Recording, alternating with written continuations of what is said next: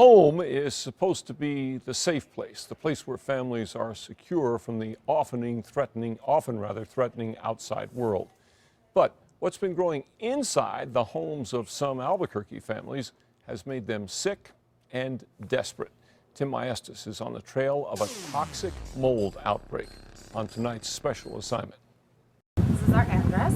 Michael Fratz calls it the house that got us sick. From the outside, I mean, it was gorgeous. It had the ivy growing up.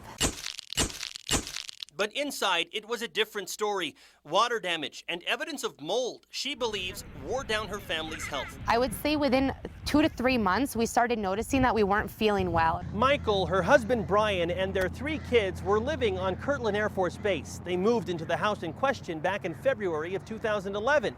What eventually unfolded was a frustrating struggle, not with base officials, but with the private housing company that oversees all military housing here. All we ask for is a safe place for us to go to sleep at night, just like everybody else wants. Michael points to frequent communications with Kirtland Family Housing, the private housing company, as evidence that her concerns were ignored.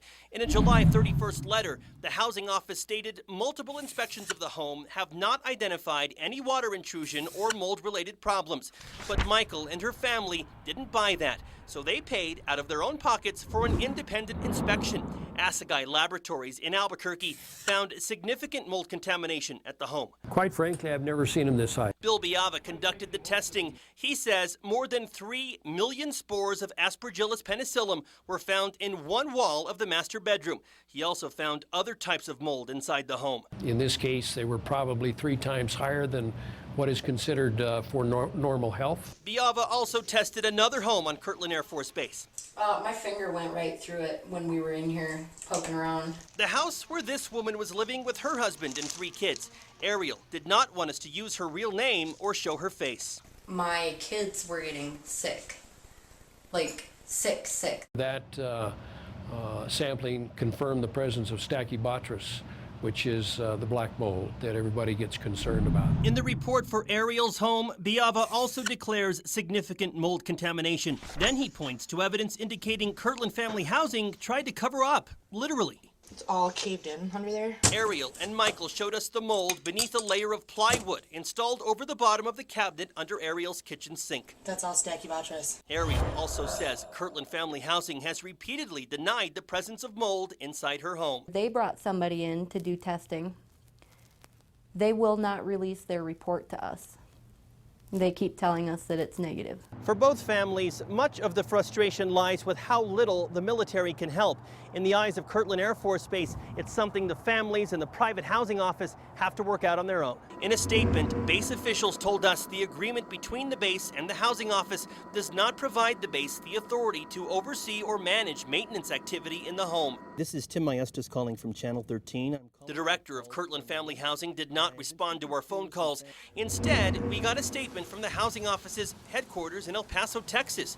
Hunt Companies owns tens of thousands of military housing units across the country.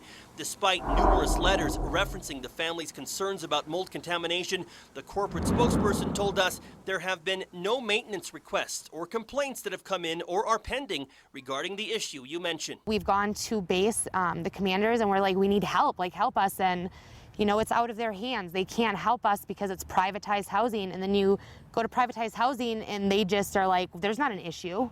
We all expect really completely adequate housing that's clean, that's safe. Relief could come in the form of a new bill sponsored by Virginia Congressman Scott Ridgell. He got involved after dozens of mold complaints from military families in his home state.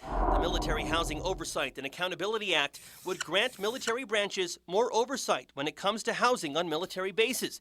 That's exactly what Michael and Ariel want to see. I believe the military should be stepping in to help us. Ariel and Michael say the problems go beyond just their homes. I have heard from about 6 other families that have said they have visible mold but are too afraid to do anything because they don't want to be in the situation that we're in. Tim Maestas, KRQE News 13.